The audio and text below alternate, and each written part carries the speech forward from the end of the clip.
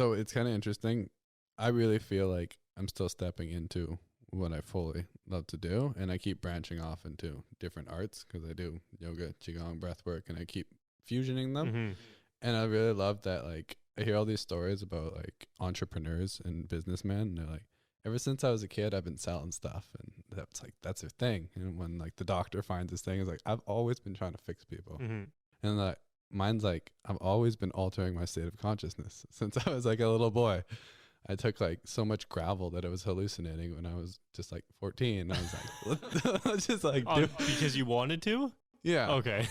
It was the internet, and I was like, how can you get high naturally when you're like 13? And like, da da da da. And like, I tried everything from like smoking banana peels to when you were like 13. Yeah, at such a young age. I grew up for the most part we lived on like an acreage with like no one around. Actually, it's quite near here. Okay. Yeah, so there's not like friends to play with. So it was like me in the backyard. What do you do? So I like dug holes and sat in them and smoked banana peel. Yeah. Oh my. So that was like, at first it's like you're a child and you just want to alter your state of consciousness. Mm-hmm. And then as I got older, it became more about really how is this altering my state of consciousness giving me something? What is it giving me and where is it going? So that really led me into the nervous system and transformation. And so much of the nervous system is how we relate to self and other. And it deals with our emotions, our sensations, our perceptions, and our thoughts. So it's pretty all encompassing. Yeah. And most of the nervous system is built on patterns. And most of those patterns are from the first 7 years of our life when we're pretty well unconscious and we're just having things instilled into us through our parents and our environment. So much of these patterns are repeating themselves in our body and how we move, be, relax, or relate to others. So when we alter our state of consciousness enough, we create neuroplasticity in the way that our brain is functioning, and we can change our state of consciousness and our perception. And when we repeatedly move into these states, we can, one, gain a lot of awareness of what our current patterns are, and we can move out of them. But as we continually come into these practices, we can kind of build a way of rewiring and coming out of that patterning and consciously choosing our own patterning. Mm-hmm. So like my work now is just like, what are all these practices? And breath is one of the most powerful ways to, one, alter the consciousness, and two, to create highly neuroplastic states, which are going to actually rewire the nervous system successfully. Mm-hmm. So you've been, well, I guess you found some, obviously found stuff that actually works now, as opposed to the peels and cough syrup. Although maybe the cough syrup did work, I don't know. It absolutely works, but I wouldn't recommend it to anyone. Yeah, I guess a more actually natural way now with the breath work. So what other things have you tried? I did just under 4 days in a dark room. Okay. So that's like, originally, like monks do it for like 30 days. Just pitch black. Pitch black. And the idea is that once the brain thinks it's night constantly, it builds up enough melatonin, which is one of the hormones that makes us sleepy. Mm-hmm. And at a certain point, it hits a threshold and our body starts making different chemicals, which are more psychedelic in nature. And you basically just start dreaming while awake. So I briefly went into this where it got pretty like hypogonic, and you see the spirals and everything coming through. But it was just when all the senses are diminished and you're in that kind of sensory deprivation, there's just like a widening. It's just like a black. Yeah. But it's just like this big empty void. And it's just so open. And like, yeah, it was one of the most unique states of consciousness.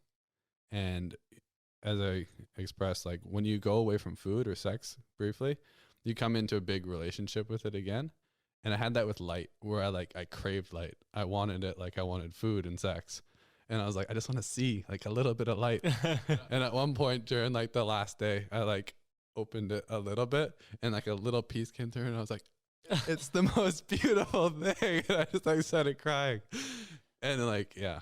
So that's a trip. Yeah, I never even thought about doing that. Like you hear about people doing food or water or the fast and even the celibacy, the sex stuff a lot, but I never even thought about it in that sense with the darkness and the light like that.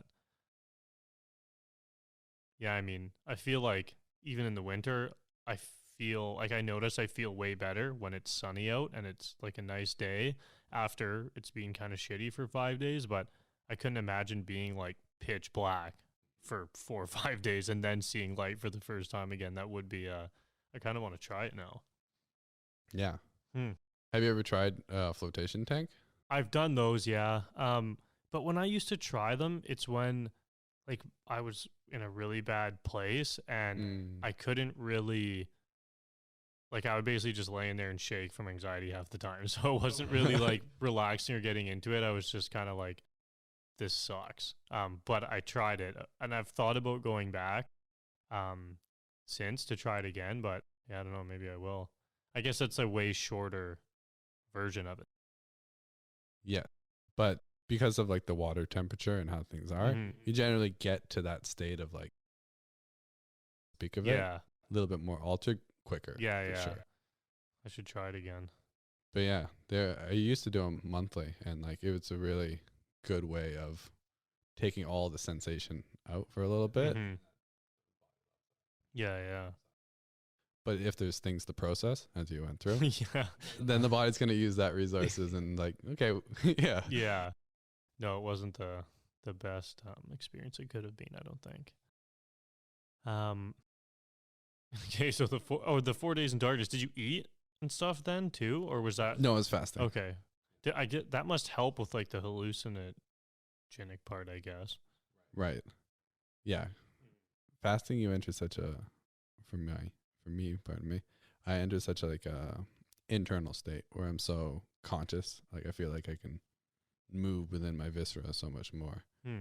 And because of that, when you know how to breathe into certain areas of your body, and that's the interesting thing about breath work is when we have a hormone and gland center and we have many major ones in our stomach and other areas, if we can place our awareness in that area and breathe into it, we can affect the function.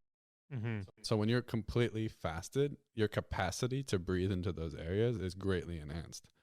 So when people like the mystics who go and do 40 days, they really learn to master their neurophysiology in such a delicate way because of all the time and energy that they can put into those spaces. 40 days fasting.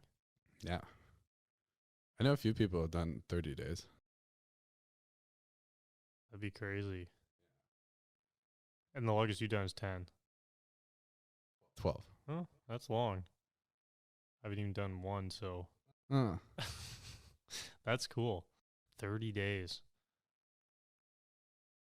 Yeah, it's something to try for those who are called. Yeah. If not. Yeah, I mean, I guess. You don't have to do anything. You don't have to do anything in life, to be honest. That's like, in the last 3 years, I've had a 2 to 6 hour daily practice of meditation. And then I go and I teach a lot of these things and I tell people that and I'm like, but you don't need to do that. Like 20 minutes is fine. Yeah, like, yeah. Don't do what I do. Like I'm just doing that because this is just the time in my life when I feel really called to do that. And I perfectly am open to next year doing 20 minutes for the rest of my life. Like I'm not really. It doesn't have to be forever. Yeah, it's just what's